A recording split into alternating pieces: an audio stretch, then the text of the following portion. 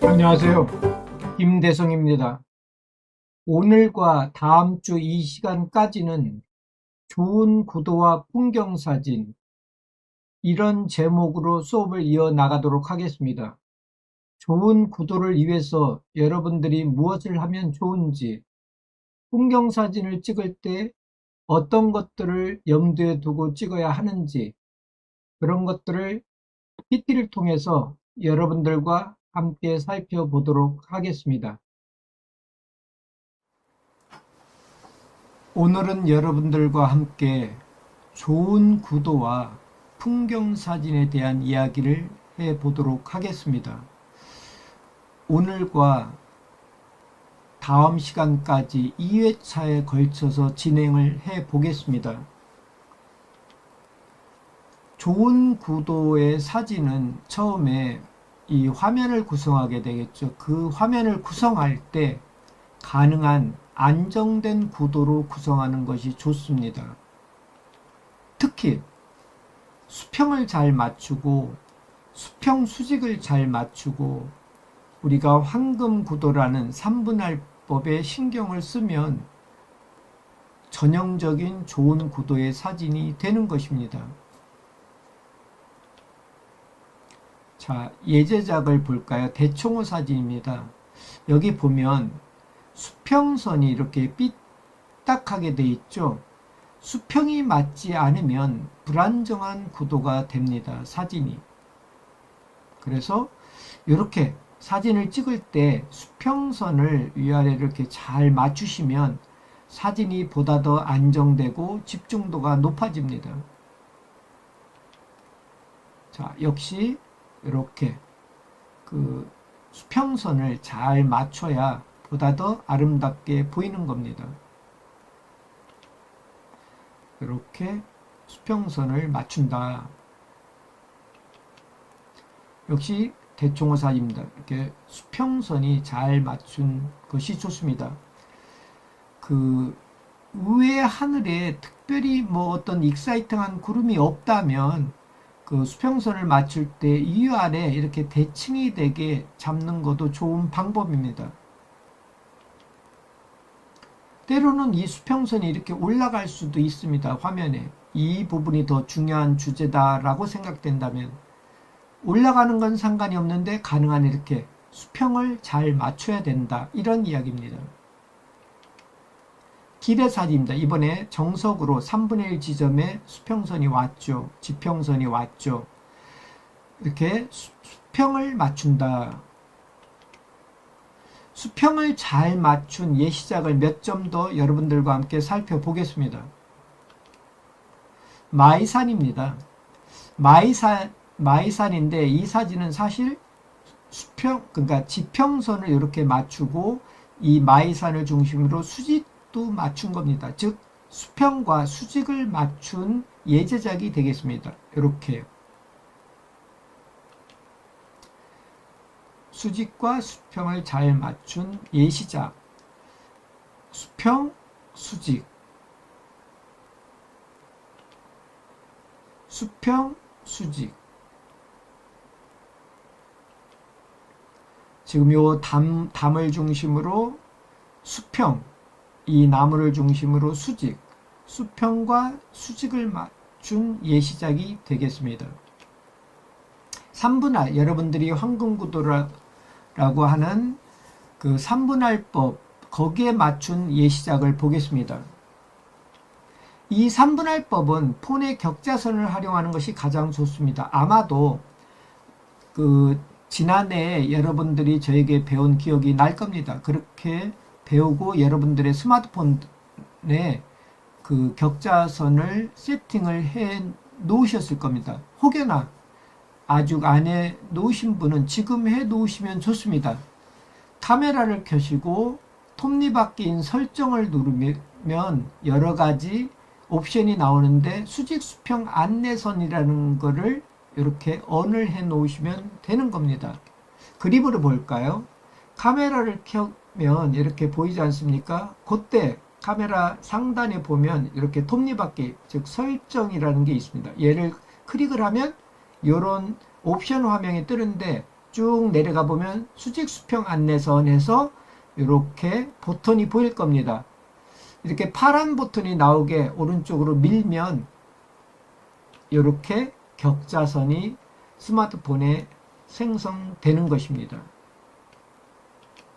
그래서 사진을 찍을 때 이렇게 참고선으로 찍으시면 구도가 초보자에게는 구도를 안정시킬 수 있는 좋은 참고선으로 사용하실 수가 있는 겁니다.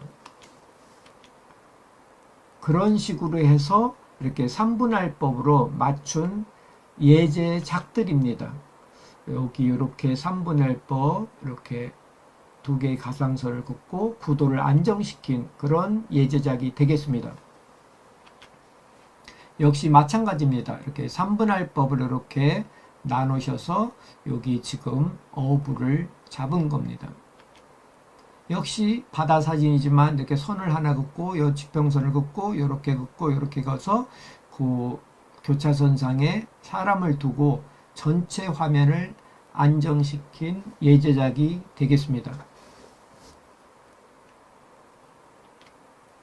좋은 구도의 사진, 좋은 구도로 안정된 구도로 사진을 찍어야 되는 이유는 무엇일까요? 좋은 구도, 안정된 구도로 찍은 사진은 주제를 돋보이게 하고 주제에 보다 더 집중하는 효과가 있기 때문입니다. 사진을 찍을 때 그러면 노출, 즉 사진을 찍을 때 사진의 밝기와 초점은 어디에 맞추는 게 좋을까요? 하나하나 여러분들과 함께 예제작을 보면서 살펴보도록 하겠습니다. 일반적으로 주제, 즉 주피사체에 초점을 맞추고 노출, 밝기를 맞추시면 되는 겁니다. 자, 여기 예제작을 보겠습니다. 솔섬 사진입니다. 초점은 어디에 맞추는 게 좋을까요? 이 솔섬에 맞추시면 좋습니다. 사진의 밝기, 즉 노출은 어디에 맞추면 좋을까요? 이 아름다운 노을의 밝기를 맞추시면 가장 좋습니다. 정리하면 솔섬에 초점을 맞춘다. 자, 홍매와 나무가 있는 산사입니다. 여기에서 밝기는 어디에 맞추면 좋을까요? 당연히 이 아름다운 홍매화에 사람 시선이 가지요. 그러니까 이 홍매화의 밝기를 맞추시면 되는 겁니다. 정리하면 매화 나무, 즉 이 홍매화 나무의 노출, 밝기를 맞추시면 되는 겁니다. 여기 오래된 집이 있죠. 이제 개발 지역이죠. 저 멀리 아파트는 이미 개발이 되었고요. 이 사진에서 초점은 어디에 맞추면 좋을 것이고 밝기는 어디에 맞추면 좋을까요? 초점은 뒤에 아파트일까요? 아닙니다.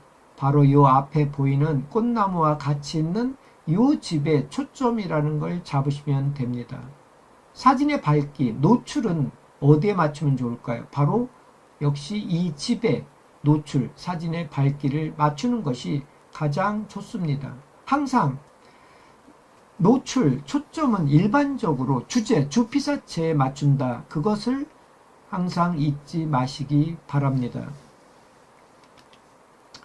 꽃나무가 있는 집에 초점과 노출을 맞춘다. 여기 밭에서 일하는 두 농부가 있죠. 초점은 어디에 맞추는 게 좋을까요? 일반적으로 인물 사진을 찍을 때 초점은 인물 사진의 눈에 맞추는 겁니다. 여기 두 사람은 그 눈은 잘 안 보이죠. 그러면 이 사람에 맞추시면 됩니다. 두 사람인데 어느 사람에 맞추는 게 좋을까요? 저보다 조금 앞에 있는 사람에 맞추는 게 가장 좋습니다. 이분이 되겠죠. 여기에 초점을 잡으시면 됩니다. 물론 이 사람의 초점을 잡아도 풍경 사진은 큰 문제는 없어 보입니다. 다만 정답은 그 찍는 사람과 좀 더 가까운 사람의 초점을 잡으시는 게 좋습니다. 노출, 즉 사진의 밝기는 어디에 맞추면 좋을까요? 지금 이 사진은 요 밭의 밝기 혹은 이 꽃나무의 꽃에 하얀 꽃에 매화겠죠? 아니 벚꽃이겠죠? 벚꽃에 사진의 밝기를 맞추셔도 됩니다. 정리를 하면 사람의 초점을 맞춘다. 자, 여기 겨울 사진이 있습니다. 현충원입니다. 이렇게 나무가 쭉 있죠. 초점을 어디에 맞추면 좋을까요? 나무가 여러 송이가 있는데 화면에 3분의 1 지점 이렇게 그면 대충 이 앞에 있는 나무가 3분의 1 지점에 해당이 됩니다. 즉 이 나무 혹은 이 나무에 초점을 잡으시면 됩니다. 그러면 사진의 밝기는 어디에 맞추는 게 좋을까요? 사진의 밝기는 지금 이렇게 보면 설경이죠. 이게 하얗게 내린 눈이 주제겠죠. 그렇다면 그 주제인 눈, 이 하얀 눈에 밝기를 맞추시는 것이 가장 좋습니다. 혹은 여기 나뭇가지에 그 내려앉은 그 눈에 밝기를 맞추셔도 됩니다. 앞의 나무에 초점을 맞추고 흰 눈에 밝기를 맞춘다. 이것이 정답입니다. 차량이 지나다니고 있는 야경 사진입니다. 이 사진에서 사진의 밝기는 어디에 맞추면 좋을까요? 차량이 지나다닐 때 그 궤적, 거기에 밝기를 맞추면 이렇게 아름다운 색선으로 보이는 것입니다. 초점은 어디에 맞추는 게 좋을까요? 이 사진에 있어서 초점은 이 사진의 3분의 1 지점이면 요 두 번째 봉 정도 되겠네요. 혹은 도로 요 지점이나 요 봉 정도의 초점을 잡으시면 저 뒤에까지 선명하게 이 사진처럼 나타나는 겁니다. 정답은 밝기, 노출은 궤적, 차량 빛에 맞추고 초점은 도로의 3분의 1 지점 혹은 요 봉에 초점을 잡으시면 됩니다. 자, 다른 예제작으로 왔습니다. 지금 은행나무길을 그 사진을 찍는 여자분이 걸어가고 있습니다. 자, 이런 사진은 좀 더 쉽지요. 초점은 어디에 잡으면 좋을까요? 사람이 나올 때는 사람의 눈에 맞추면 좋다고 그랬죠. 근데 이분은 저를 등지고 걸어가고 있기 때문에 눈이 안 보이지요. 이런 경우 이 사람의 머리나 이 몸에 초점을 잡으시면 됩니다. 혹은 이 카메라에 초점을 잡으셔도 됩니다. 이 사진의 밝기는 어디에 맞추면 좋을까요? 이 모델의 옷 색감 혹은 이 은행나무 색감의 밝기를 맞추시면 좋습니다. 정리를 하면 사람의 초점과 노출, 밝기를 맞춘다. 실내에서의 그 전시회에 여러 사람들이 감상을 하고 있죠. 이렇게 사람이 많은데 초점은 어디에 잡으면 좋을까요? 이렇게 사람이 많을 때는 가능한 찍는 저와 가까운 사람들의 초점을 잡으시면 좋습니다. 언뜻 이 사람이 가장 가깝죠. 이 세 사람 중에 한 사람의 초점을 잡고 사진의 밝기는 이 실내 전체적으로 색감이 재색감이 나오는 밝기로 잡으시면 되는 겁니다. 앞쪽 사람의 초점과 노출을 맞춘다. 자, 굴뚝에서 아름답게 연기가 피어오르고 있죠. 야경이 아름답고요. 즉 공장 야경이 아름답죠. 항상 초점과 밝기는 주 피사체, 주제에 맞추는 것이 일반적으로 좋다고 요 앞에 제가 말씀을 드렸죠. 그러면 정답은 나와 있는 겁니다. 초점은 이 굴뚝 혹은 여기 야경에 초점을 잡으시면 되고, 밝기는 이 야경의 아름다움에 밝기를 맞추시면 가장 좋은 사진이 되는 것입니다. 공장 야경의 밝기와 초점을 맞춘다. 여기 해바라기 사진이 있습니다. 선명하게 찍었죠. 그리고 자세히 보면 이 해바라기에 사마귀가 한 마리 있습니다. 이 사진에서 초점은 어디에 잡는 것이 가장 좋을까요? 일반적으로 이렇게 곤충이 있으면 이 곤충의 눈에 초점을 잡으시면 가장 좋습니다. 물론 이 사진 같은 경우는 이 해바라기, 가장 큰 해바라기의 그 C 부분, C방 부분에 초점을 잡으셔도 좋습니다. 가장 좋은 정답은 곤충이 있을 때는 곤충의 눈, 지금 이 사진 같은 경우는 사마귀의 눈에 초점을 잡는 것이 가장 좋습니다. 사진의 밝기는 어디에 맞추는 게 좋을까요? 당연히 이 해바라기, 가장 좋아 보이는 이 해바라기의 밝기를 맞추는 것이 가장 좋습니다.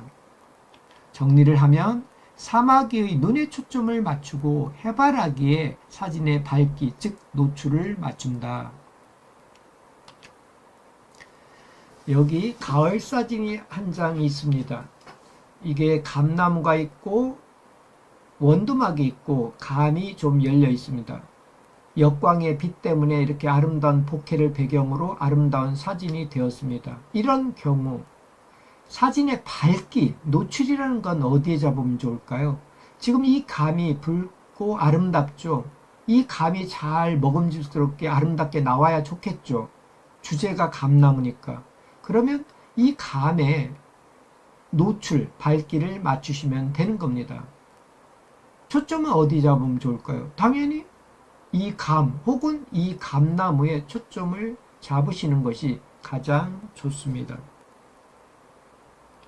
정리를 하면 감나무에 초점을 맞추고 감의 밝기, 즉 감의 노출을 맞춘다. 어떠셨나요? 오늘 좀 어려운 부분이 있었나요? 혹여나 궁금한 점은 여러분들이 이 강의가 끝난 후 카톡방에 남겨주셔도 되고 추후 대면 수업 때 질문을 하셔도 됩니다. 오늘 배운 것들을 참고 삼아서 시간이 되신 분들은 주변에 나가서 풍경 사진을 찍어 보시고 마음에 드는 사진 컷들은 카톡방에 공유해 주시면 감사하겠습니다. 그럼 다음 시간에 또 뵙겠습니다. 감사합니다.